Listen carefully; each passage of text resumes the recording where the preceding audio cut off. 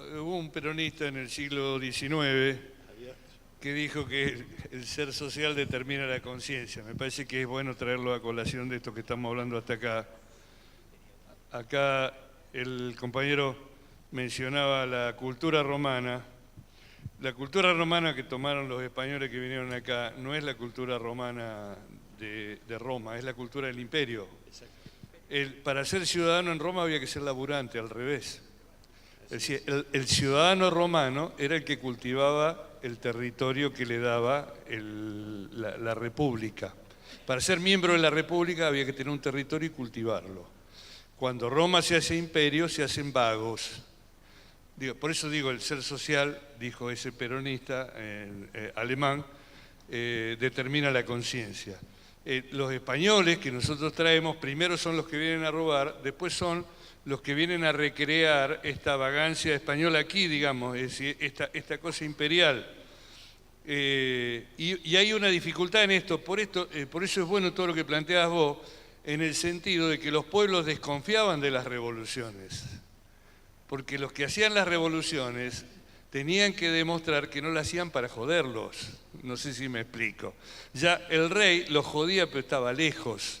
No le podía venir a sacar su cabrito, su mula, su caballito. Entonces, realmente había que encontrar términos de negociación para constituir una alianza. Me parece que este es un punto a tener en cuenta, porque la irrupción de Rosas, la única explicación que tiene es esta, digamos. Un sector de la burguesía, que es terrateniente, porque Rosas no tenía un campito, tenía, digamos, San Miguel del Monte entero, pero que ofrecía una alternativa de alianza, digamos, está el tipo que comercia en Buenos Aires, estamos los que tenemos los saladeros, acá al costado del riachuelo, estamos los que damos trabajo. Esto genera una alianza, de la cual la burguesía comercial siempre desconfió. Hay un texto que también es conveniente leer, y vuelvo acá a mi profesión, digamos, y a la profesión de algunos compañeros que están por acá, porque la oligarquía tiene una concepción del mundo esencialmente paranoica. Y el libro se llama, ¿cómo se llama? ¿Quién lo escribió? El supuesto primer socialista de la Argentina. No, Esteban Echeverría. ¿Y cómo se llamaba el libro? El Matadero. En el cual una serie de salvajes trabajadores hacen bolsa al hijo de un pobre hacendado, digamos, donde realmente invierte el término de la violencia, y la violencia no es del rico hacia el pobre, sino inverso, y esto va a ser construido durante toda la historia. Los indios que entregaron toda su vida para poder sobrevivir, y de la cual descendemos la mayoría de nosotros gracias a violaciones. Por eso digo que tenemos que constituirnos en nuestras profesiones. No estamos hablando nada más que de historia. En las angustias de cualquier argentino hay una violación. Esto es así, digamos. Una violación no explicitada nunca. Todo lo que tenemos un cachito así de sangre india la tenemos por eso. No hay otra forma. No es que se encontraban el gaucho y la india en el medio de la pampa y descubrían lo bellos que eran. Estas son leyendas que no sirven para nada. La realidad era otra. Esto, digamos, es reconstituido, y entonces tenemos el mito de la cautiva, digamos, de los indios que robaban mujeres blancas, que debe haber pasado en términos de 1 a 10.000. Es decir, por cada blanca que choreaban los indios, habría 10.000 mujeres que fueron repartidas en el diario de Mitre. Bueno, ya esta historia la va a contar el Turco más adelante. Bueno, fíjese usted entonces, volviendo al tema de Patria Grande, que yo no quiero dejar de pensar, porque es un tema central. Tema central que tiene que ver con el testamento político de Perón, Modelo Argentino para un Proyecto Nacional, que 3 locos llevaron adelante a partir del 2005, Lula, Chávez y Néstor, cuando le dijeron no al ALCA. Esto fue lo que el mayor daño económico le infringió a Estados Unidos, al imperio, al mundo unipolar, que vamos a hablar cuando demos política internacional. O sea que lo que pensaban... La primera vez que un presidente yanqui fue a una conferencia para ser derrotado fue en Mar del Plata. Busquen en la historia. Nunca, nunca en la historia de Estados Unidos un presidente participó en una conferencia en una derrota. Sabía que iba a perder porque paró en el portaaviones, no paró en Mar del Plata. Así que por algo dormía en el portaaviones el muchacho Bush. Quería estar más cerca del raje que del ring, ¿no? Así que fíjense ustedes cómo la historia de la Patria Grande es una historia que viene construida, agredida, fundamentalmente por la colonización imperial, primero británica, después norteamericana, de la cual vamos a hablar más adelante en otros días, otros capítulos, y todo esto va configurando una conciencia dispersa, pero una conciencia al fin. Si no, no se podría haber coronado el UNASUR. El UNASUR, obviamente nos faltaba construir mucho, y esto el imperio también se dio cuenta, porque el imperio a partir del mismo momento que se le dice no al ANCA, empieza a armar su estrategia de reposicionamiento. Esto está clarísimo. Es un imperio, no es un partido político que se va derrotado a su casa. Ese mismo momento empieza a armar su estrategia de reposicionamiento, que la vamos a hablar más adelante otro día. Pero la colonización inglesa, que es una colonización brillante desde el punto de vista del manejo del Foreign Office, hace que incluso nuestros historiadores sean capaces de decir de que San Martín era un agente inglés.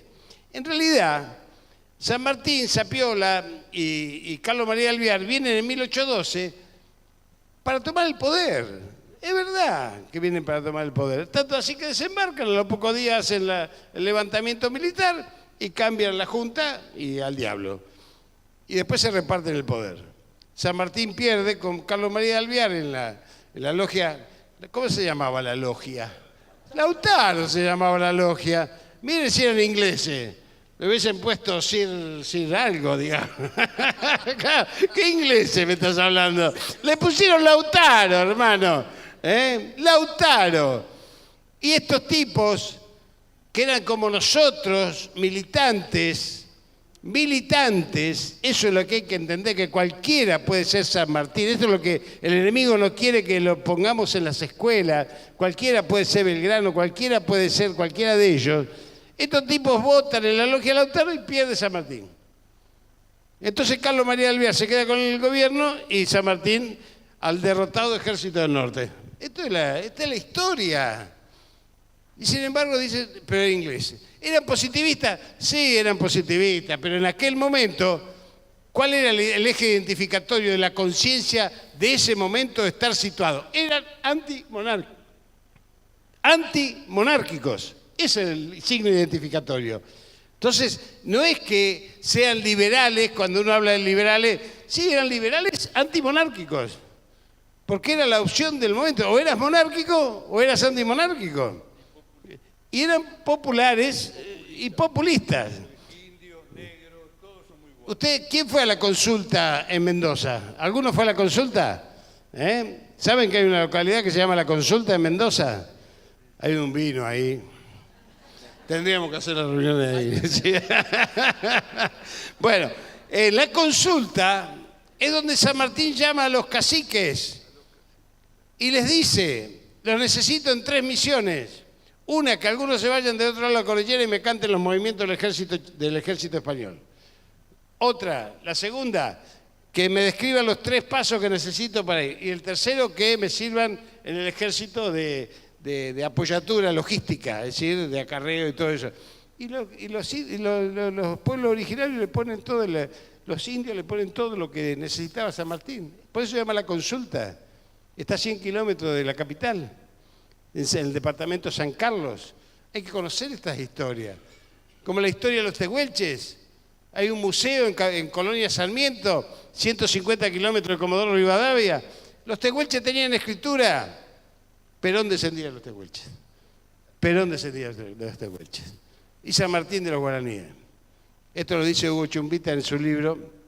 Si quieren averiguarlo, por supuesto es muy difícil de corroborar porque datos genéticos no vamos a tener y los historiadores no lo van a permitir jamás. ¿Sí? Pero en realidad Carlos María de Alvear era medio hermano de San Martín. Porque el padre, justamente por lo que dice acá el compañero Mario, había violado a la India, que era el capitán Alvear, que después pierde toda la familia en el naufragio, ¿no es cierto? Y se lo da para que la tenga al capitán San Martín para que le críe ese hijo bastardo. Es el hijo bastardo, San Martín era un hijo bastardo. Esto está en la historia, nunca se la van a contar. Pero también es cierto que esto que le estoy diciendo del sello sobre San Martín tiene una importancia enorme, porque si lo logramos mirar con categorías de hoy, no queda nadie en la historia. ¿Cuáles son las categorías de análisis? Esto es lo que tenemos que describir para ser militantes. Que las categorías de análisis actuales no nos sirven para encasillar y estigmatizar ni congelar aquello que estamos resignificando de la historia. Al contrario, nos tiene que fortalecer en esto del estar situado hoy. Nosotros estar situados. Sabiendo que las herramientas del enemigo van a ser las más feroces, como fueron a lo largo de toda la historia. Y en esto no hay que equivocarse. Nadie va a tener un proceso de recuperación del poder a partir de un enemigo instalado que tiene todas las herramientas para desplegar como la tuvo a lo largo de la historia cada vez que lo tuvo. Entonces ahí juegan los procesos internacionales que debilitan al enemigo y al mate también, que hierba floja. Bueno, y también juegan los procesos internos de los pueblos de cómo van sacando márgenes de maniobra al enemigo. Por eso cuando San Martín pierde su primera batalla no se rinde, empieza su proceso de liberación por otro lado. Todos perdieron batalla. Mire, si hubo un solo hecho importante de la Revolución Fusiladora del 55, miren cómo salto, voy y vengo, es que como lo llamó la segunda tiranía, todo el mundo empezó a preguntarse cuál era la primera. No conocían a Rosas, porque la historia mitrista lo había enterrado a Rosas. Entonces, como los estúpidos empezaron a decir, esta es la segunda tiranía, y todo el mundo decía, ¿y cuál es la primera tiranía? Ah, existía Rosas. Ahí empezó a aparecer Rosas, empezó a aparecer el revisionismo, empezó a aparecer todo aquello que estaba escondido en los pliegues de la historia y que no conocíamos. ¿Se dan cuenta cómo el mitrismo enterró para construir una cultura dominante? Este es el tercer proyecto de país, cuarto proyecto de país. Primero los pueblos originarios, segundo los jesuitas, tercero la emancipación, cuarto el proyecto de los 80. Cuarto el proyecto de los 80, después vamos a hablar de los otros proyectos que siguen. Son 7 proyectos de país que hubo en la Argentina. Algunos fracasados, otros del enemigo, pero son proyectos de país. No viene el enemigo solamente a derrotarnos, no, viene a construir un proyecto de país. Ese proyecto de país incluye la derrota. Y la relación de fuerzas se va justamente modificando a partir de eso. ¿Ustedes se creen que Rosas no tenía capacidad de pelear? Sí tenía capacidad de pelear y de triunfar, pero había perdido políticamente. ¿No tenía capacidad de pelea Perón en el 55? Sí, pero opta por irse porque en realidad ya había perdido políticamente. Entonces, cuando uno cree que el poder, estar en el poder significa todo, no significa nada si ese poder no vertebra un proceso de acumulación política que le dé la fortaleza necesaria y la musculatura necesaria para dar una batalla que sea ganadora. Y esto pasa en cada uno de los lugares de trabajo nuestros. ¿Cómo nosotros vamos a pretender que la gente piense como nosotros si no somos capaces de organizar una fuerza propia que vaya creciendo para dar esa batalla? Porque en realidad la batalla, por suerte en democracia, es cultural. Entonces esa batalla cultural se da desde un proceso de acumulación política. No se puede dar en función de los medios, porque los medios no lo vamos a tener. Ni lo vamos a hacer por WhatsApp. Ya le digo, revolución por WhatsApp no existe. No existe. Es más, todo lo que pongan se lo lleva el chico Zuckerberg que está declarando ahora, porque te afanan los datos y ya saben cómo. ¿Hasta cuándo vas a bostezar? Digo para no decir otras barbaridades que suelo decir en mis charlas. Entonces, vamos terminando con esto, porque tenemos que hablar de los imperios y vamos a hacer solamente 10 minutos más, porque los principales imperios es un proceso que lo vamos a ver en la filosofía de la liberación cuando cambia el eje del mundo, e Inglaterra empieza a ser potencia, ¿Ustedes saben que los chinos fueron los que construyeron el proceso industrial de los ingleses? No lo saben. ¿Saben que los chinos manejaban el acero desde el siglo V? ¿Sabían? Y que a partir de eso van desarrollando su proceso y la imprenta desde el siglo VIII. O por ahí, digamos, por ahí me puedo equivocar por algún siglo. Y el papel, por supuesto. ¿Y el concepto? El concepto inconsciente. Perfecto. De ahí yo ya no me meto porque yo soy cirujano, me llego a meter ahí, se me va en sangre el paciente. Entonces, fíjense ustedes que las potencias imperiales eran las que empiezan a dar vuelta al mundo hacia el Atlántico, que era lo que había descubierto España, que había otro mundo detrás del Atlántico. ¿Quiénes se hacen potencia? Holanda, Bélgica, Francia, Inglaterra, España que quiere ser, pero pobrecita, no le da, no le da, la derrotan. Entonces, el imperio se da cuenta de cómo es el proceso de colonización más efectiva. En lo político, la balcanización. En lo económico, la dependencia. El endeudamiento.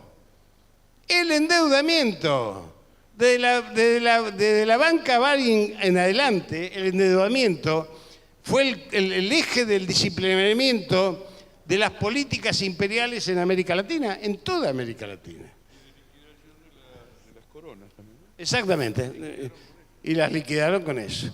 Así que ustedes imagínense que estos chicos de hoy son exclusivamente tributarios de aquel mismo proceso, como sucede en otros lugares del mundo, con la banca Rothschild que todavía existe, que la vamos a charlar. O sea que el imperio o somete por las armas o somete por la economía, o somete por la política provocando divisiones y balcanizaciones. Podemos hablar de Yugoslavia, por ejemplo, que era un país, pero había que destruirlo para poder hacer la Unión Europea sin la hegemonía yugoslava, y lo convirtieron en 6 países. De eso vamos a hablar el día de política internacional. 6 países, destrucción, muerte, no importa nada. Pero cuando hablemos de política internacional vamos a profundizar eso. O sea que el imperio empieza a moverse y empieza a mover sus fichas estratégicas. Y con esto voy terminando en la parte del imperio, porque es muy importante que ustedes sepan que hoy Inglaterra, que aparece como dicen, no es un imperio. No es un imperio. El Commonwealth son 57 países. Son 1.500 millones de habitantes. Tiene 13 colonias, de las cuales 3 son militares y 10 son paraísos, guaridas fiscales. Las 3 militares son Malvinas, Isla Ascensión y Diego García. ¿Para qué? Para el control del Atlántico Sur, la Antártida y los pasos bioceánicos. O sea que ustedes tienen que ubicarse en esto para decir, no estamos peleando contra Macri. ¿Saben qué? Macri no existe en esta película. Es el actor que interpreta el guión que le escribe la Embajada de Estados Unidos en un diseño estratégico. Y esto lo vamos a ir charlando en profundidad. Y como queremos escucharlos a ustedes rápidamente, vamos a ir cerrando en esto, a menos que vos quieras decir algo o que vos quieras decir algo. Y entonces sí, con estos conceptos de cómo la historia se resignifica en la militancia y en los procesos políticos de acumulación, sabiendo que el poder no hace lo que quiere, sino lo que puede, en función de la acumulación política, y que no hay que llorar sobre la leche derramada, sino transformar la realidad y encontrar el pensamiento crítico, porque no hay ningún militante que pueda decirse tal militante de la política o militante de la vida si no tiene pensamiento crítico. Y esto me parece que es lo más importante a recuperar y que lo vamos a ir desarrollando en el resto de las clases.